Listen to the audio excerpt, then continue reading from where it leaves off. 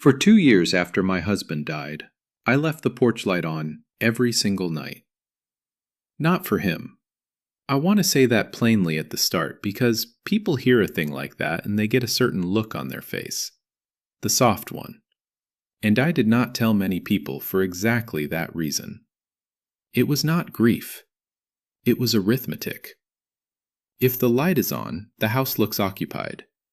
If the house looks occupied, nobody tries the door. That is all it was.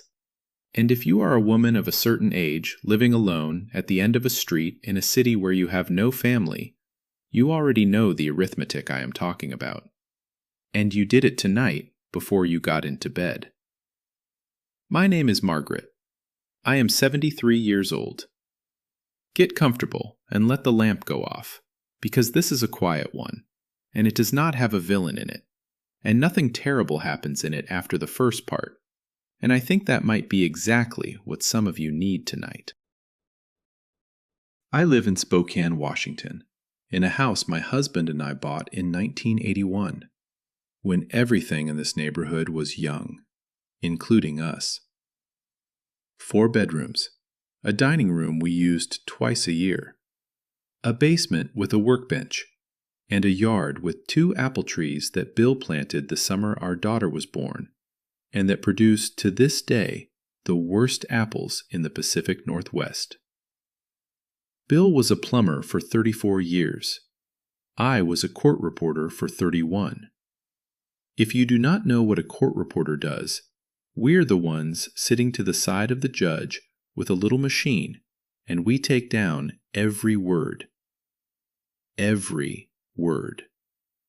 Not a summary, not the good parts, all of it, exactly as said, including the ums, and including the parts where somebody's voice gives out in the middle of a sentence.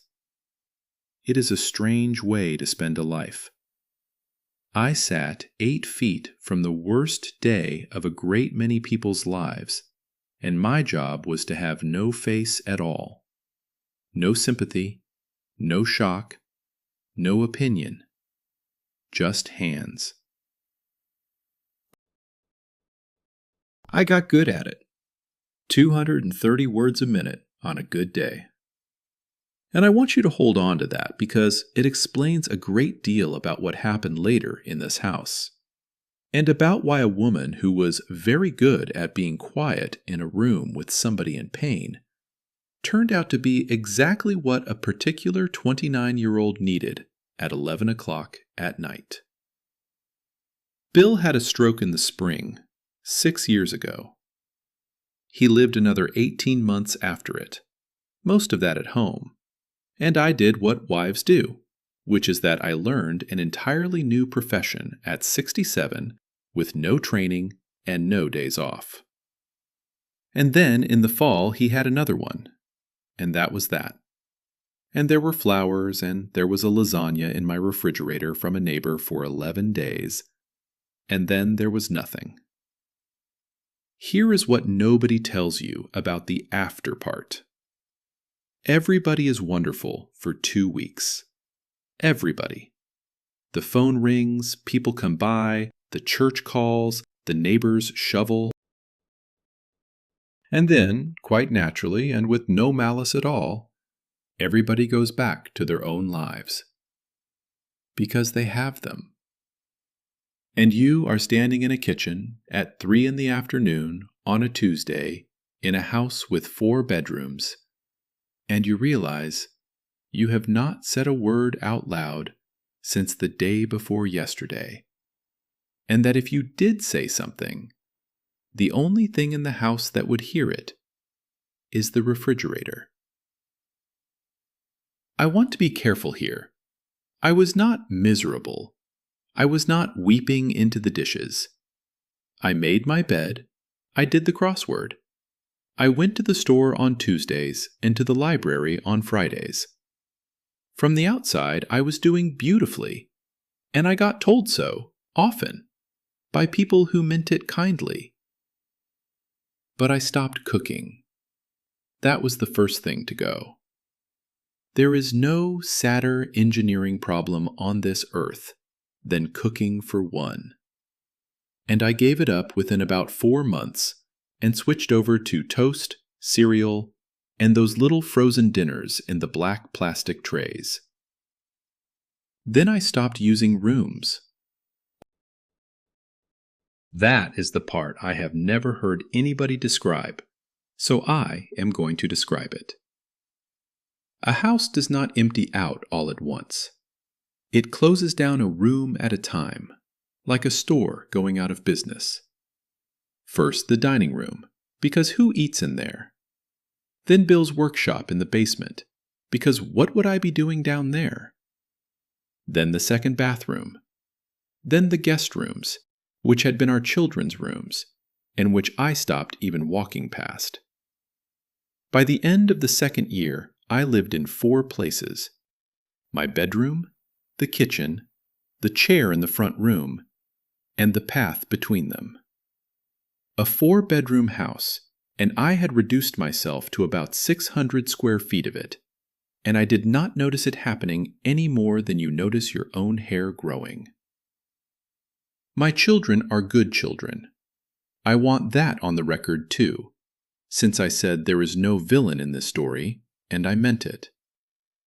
Doug is 46 and lives in Denver and works in commercial real estate and calls me every Sunday at 4. Karen is 43, in Portland. 2 teenagers, a job that eats her alive, and she texts me photographs of her dog. And starting about a year after the funeral, both of them began, separately, in that careful voice adult children use, to bring up the house. You know the conversation. Mom, it is a lot of house. Mom, those stairs. Mom, there is a very nice place out by the highway. We could look at brochures. They have activities. They were not wrong. That is the thing that made it so hard to argue with. Doug had run the numbers on the taxes and the roof, and he was right about all of it.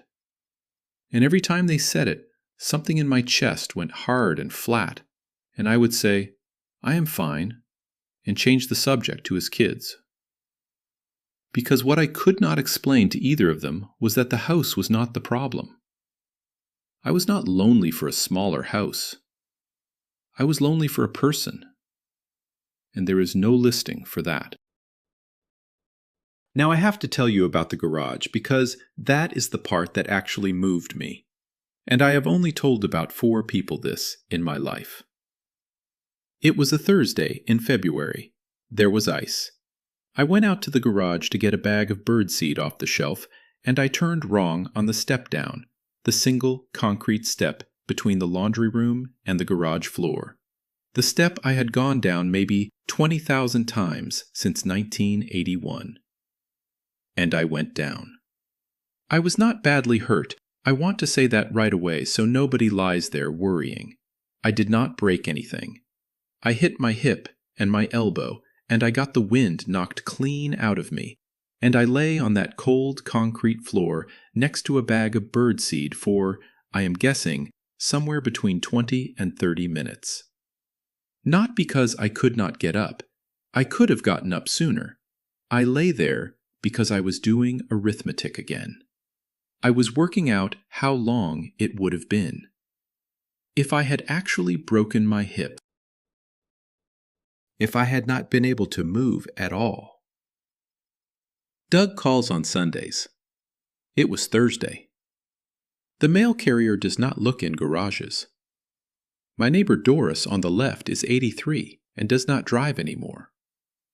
The gal on the right works swing shift, and I had not spoken to her in a year. 3 days. That was the number I got.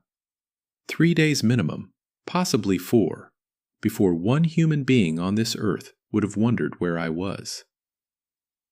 I got up eventually, and I made a cup of tea, and my hands did not shake, and I did not cry.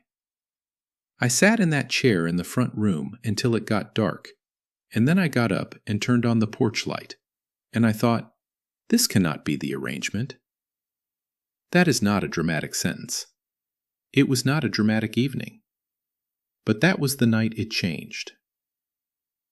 2 weeks later, I was at the library on a Friday, which I still did, and there was a bulletin board by the door with flyers on it for Tai Chi and tax help and a lost cat. And there was one, printed at somebody's desk, that said, "Do you have a spare room and a little extra time?" And underneath, something about a home share program. I read it twice, took a photograph of it with my telephone in a way that took me 3 attempts, and then went home and did not call for 9 days. I will tell you why I did not call. Pride, obviously, but also because I genuinely thought it was a program for people who needed it, and I had a paid-off house, and a pension, and a car, and I was not going to take a spot from somebody who was actually struggling. It took me 9 days to work out that a woman who lies on a garage floor doing survival arithmetic is somebody who needs it. The coordinator's name was Elena. She was maybe 35, and she had a folder and a laptop, and she came to my kitchen table on a Wednesday morning, and I made coffee I did not want, and she explained how the thing works. It is not complicated, and more places have it than people know. There are programs like it in most states now, usually run by a nonprofit or a county aging office. It matches somebody with a spare room, usually an older homeowner, with somebody who needs housing, usually somebody working, usually somebody younger. Both sides get screened. Background checks, references, an interview that goes on for an hour and a half. Then, if they find a match they like, both parties sit down together with the coordinator and write an actual agreement. Not a handshake, a document. Rent is usually below market, and sometimes part of it is paid in hours instead of dollars.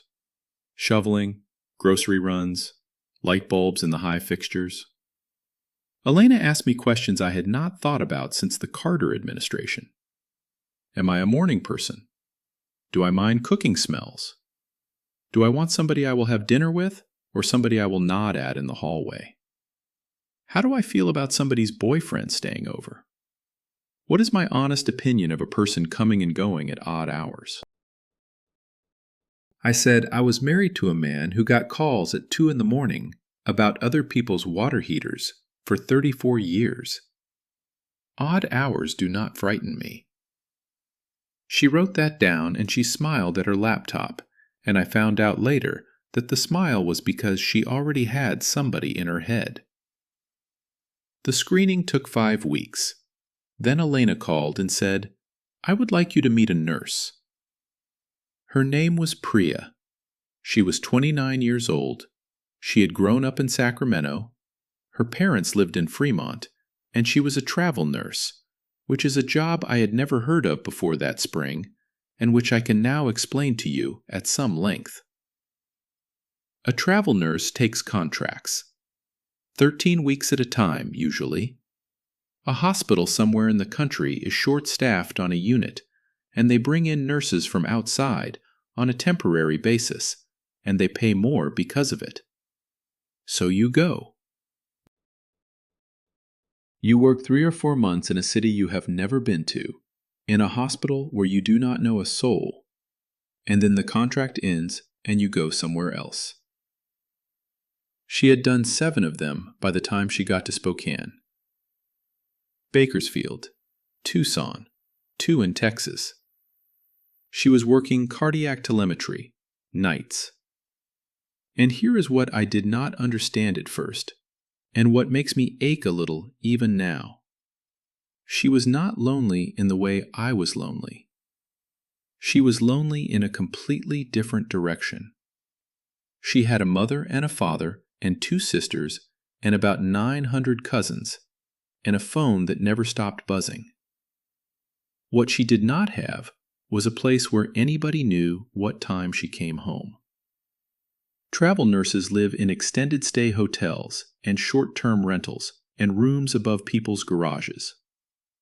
She told me she had once spent 11 weeks in a furnished apartment where she never once met a neighbor, and where, on Thanksgiving, she ate hospital cafeteria turkey at 4 in the morning on her break. We met at a coffee place. Elena sat between us like a chaperone at a dance in 1968. Priya was small and tired in a way that I recognized, and she had a laugh that arrived about a half second before you expected it. She asked me good questions. She asked what Bill had been like. Nobody had asked me that in about 8 months. Everybody by then was asking how I was doing, which is a different question and a much worse one. At the end of it, Elena said the thing they always say, which is that we should take a few days. And Priya said, "Well, I do not want to be rude, but I am living in a hotel by the airport where the ice machine is directly on the other side of my wall, so—" And I said, "When would you like to come?" The agreement we signed was 3 pages. She would have the 2 rooms upstairs at the end of the hall, which had been Karen's room and the sewing room, her own bathroom, kitchen shared, rent, which I set at about half of what she had been paying, and in exchange, she would take the trash cans down on Mondays, do a grocery run when I asked, and handle anything higher than my head. There was a page about quiet hours that both of us signed, and neither of us ever looked at again. And there was one line on the 3rd page that Elena adds to all of them. And it is the line that quietly changed my life. And it reads, more or less, like this: "Each party agrees to inform the other when they will be away overnight." That is it. That is the whole magic trick. Somebody knows whether you are in the house. She moved in on the 1st of May with 2 suitcases, a rice cooker, and a box of textbooks. And I want to tell you that we became instant friends. And that is not what happened. And I think that is worth saying, because these programs get written up in the newspaper as if it is all pie and giggles from day one. The first 3 weeks were awkward as anything I have ever experienced. I had lived alone for 2 years, and I had developed habits I did not know were habits. I talked to myself, out loud, constantly, which I had no idea about until there was somebody in the house to hear it. I watched the news too loud. I had opinions about the dishwasher. She was quiet and polite, and she practically apologized for existing. She would wait in her room until she heard me leave the kitchen. She bought her own everything, down to a separate bottle of dish soap, which she kept upstairs, and which I found so heartbreaking I nearly said something and did not. We were 2 women being extremely considerate at each other. It was exhausting. What broke it, and I have thought about this a great deal, was garbage night. The 3rd Monday, I came out at dusk to find her wrestling both cans down that driveway, which slopes, in the rain, in scrubs, having come off a 12-hour shift about 40 minutes earlier. And one of them got away from her and went over sideways, and the whole thing came out in the road. She stood there in the rain and said a word I will not repeat. And I laughed. It just came out of me. The first real laugh in that house in about 2 years. And I put my coat on over my nightgown and came down the driveway in my rubber boots. And the 2 of us picked up garbage in the rain, in the dark, for 10 minutes. And when we came back in, both soaked, she looked at me and said, "You laughed at me." And I said, "I did." And she said, "Thank God. I thought you did not like me." We sat at that kitchen table until 11:40 that night. She told me about the hospital, and about her mother, who wants her married, and about the fact that she had not seen her own bed in 2 years. I told her about Bill, and about the courtroom, and about the thing I had never told anybody, which was the garage floor and the number 3. She did not say, "Oh, Margaret." She did not do the face. She said, "Do you have a personal emergency response button? And are you willing to be honest with me about whether you would actually push it?" Which is the most nurse thing anybody has ever said to me. I said no, and probably not. She said, "That is what I figured." And then she said, "Well, I am here now." That was the beginning of it. Now I want to tell you about the tea, because it is the whole heart of this story, and it took about 6 weeks to invent, and neither of us invented it on purpose. She worked nights, 7 at night to 7:30 in the morning, 3 shifts a week, sometimes 4, which means she came home at 8 in the morning when I was up and moving around, and went to bed while I was doing my day, and got up in the middle of my afternoon. Our schedules crossed twice, early morning and again at about 6:45 in the evening when she was leaving. But on her nights off, she was up until 2 or 3 in the morning, because a body that works nights does not switch back on command. And I have been a poor sleeper since Bill died, which most of you listening tonight will understand entirely. So the first time it happened, I came down at 11 for a glass of water, and there was a light on in the kitchen, and a young woman at my table with a laptop and a highlighter. She was doing coursework. She had enrolled in an online program to become a nurse practitioner. 3 years, part-time, while working, and she was in the 4th semester of it. And she was doing it at my kitchen table at 11 at night, because that is when her brain worked. I said, "Do you want tea?" She said yes. And that became the thing. Not every night, 2 or 3 nights a week for the better part of a year. Me in my robe, her with her books. A pot of tea between us. Not talking much. Sometimes not talking at all for 40 minutes at a stretch. I was very good at that. 31 years of sitting 8 feet from people and having no face at all turns out to be an extremely useful skill in a kitchen at 11 o'clock at night, with somebody who does not want to be asked how they are. Which brings me to the night in October. She came in at 8:15 in the morning, which was normal. But she came in wrong. She did not put her bag down in the usual spot. She got a glass of water and stood at the sink and drank it, looking out the window at those 2 terrible apple trees. And she did not say, "Good morning." I did not ask. That is the single best thing I did in this entire story, and it consisted of doing nothing at all. I got up and I put bread in the toaster. I put butter and the good jam on the table. I poured a cup of tea and set it near her, and then I sat down in my chair with the crossword, and I did not look up. She stood at that sink for about 4 minutes. Then she came over and sat down and ate 2 pieces of toast and said, "We lost a patient last night." I said, She said, "He was 58.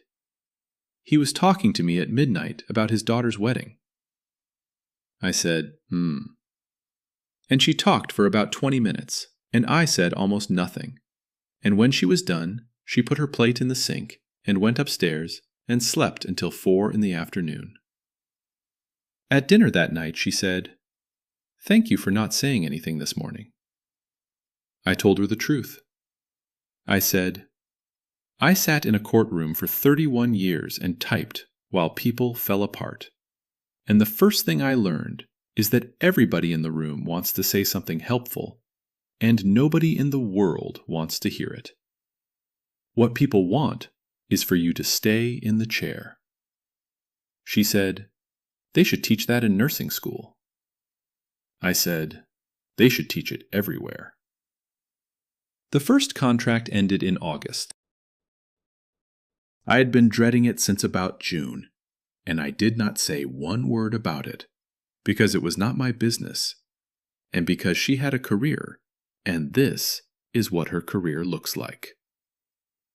She came home one morning in the middle of July and said, "They offered me an extension.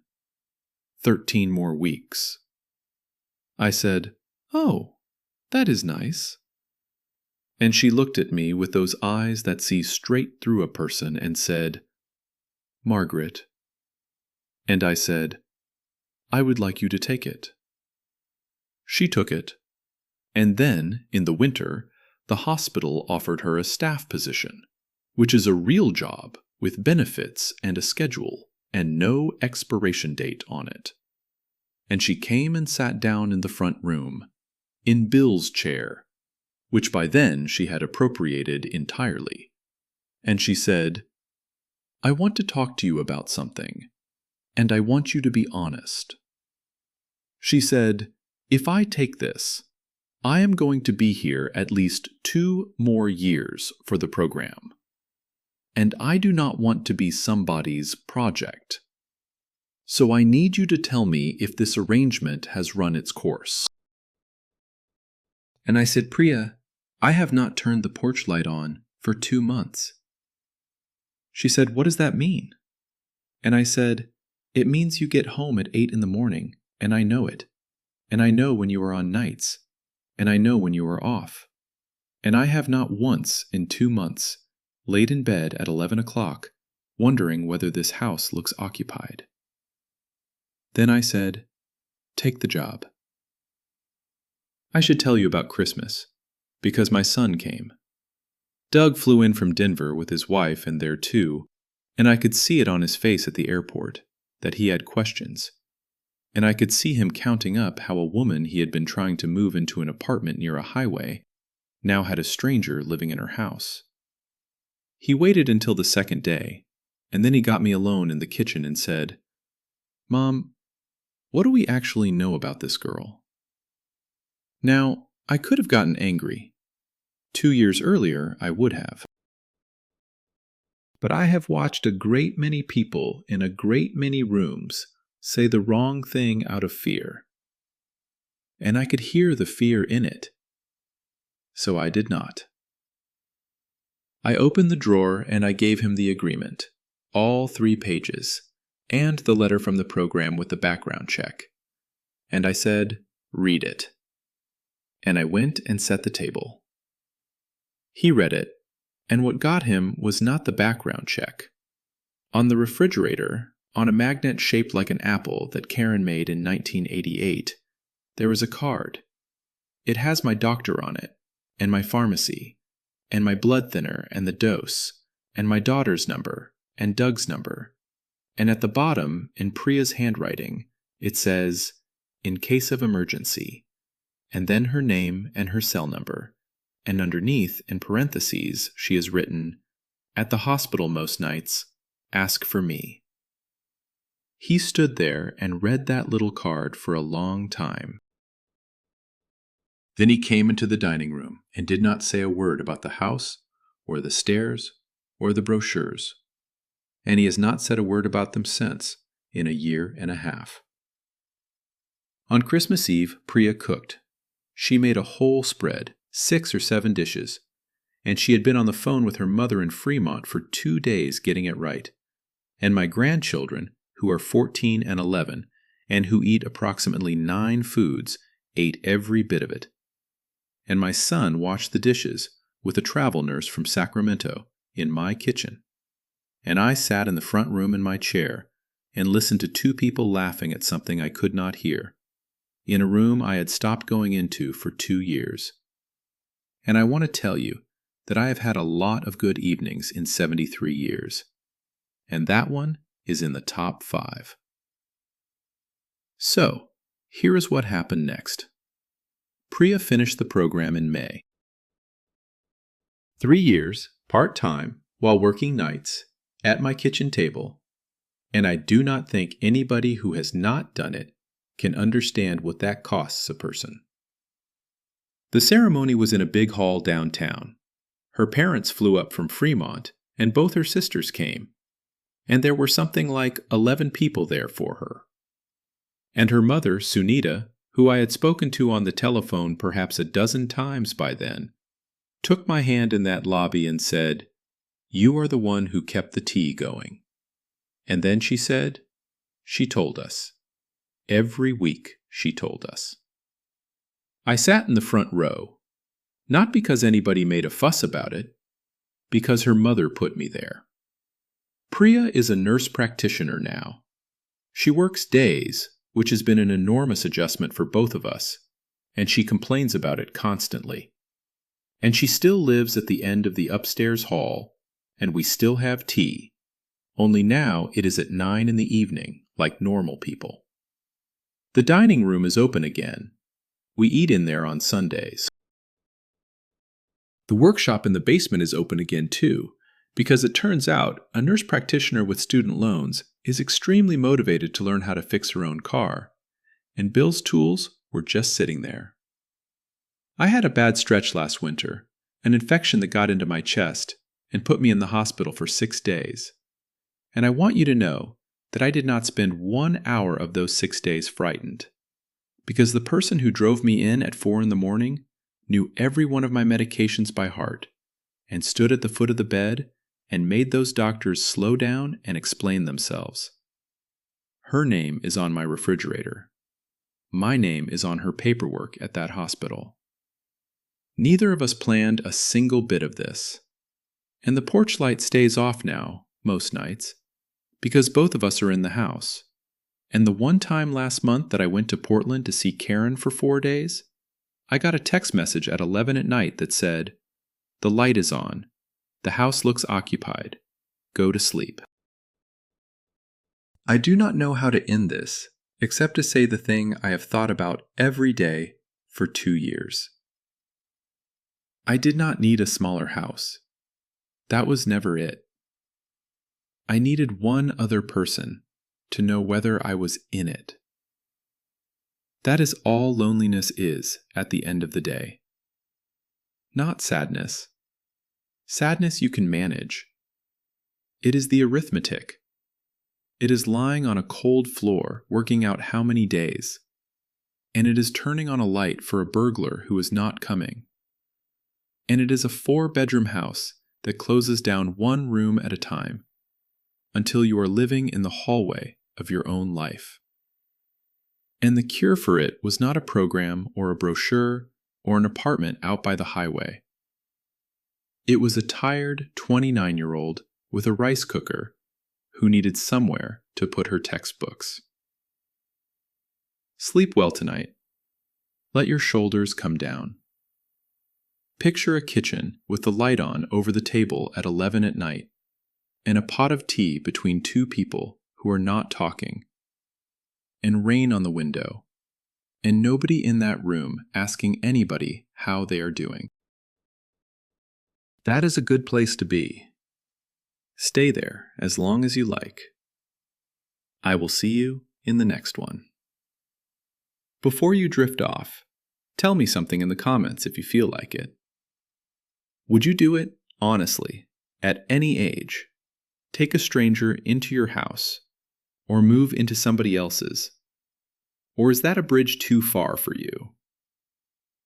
And if you live alone tonight, tell me who would notice, and how long it would take them. I ask that gently, and I ask it because I would like some of you to think about it. As always, tell me what state you are listening from, and how old you are. Sleep well. The light is on, and the house looks occupied.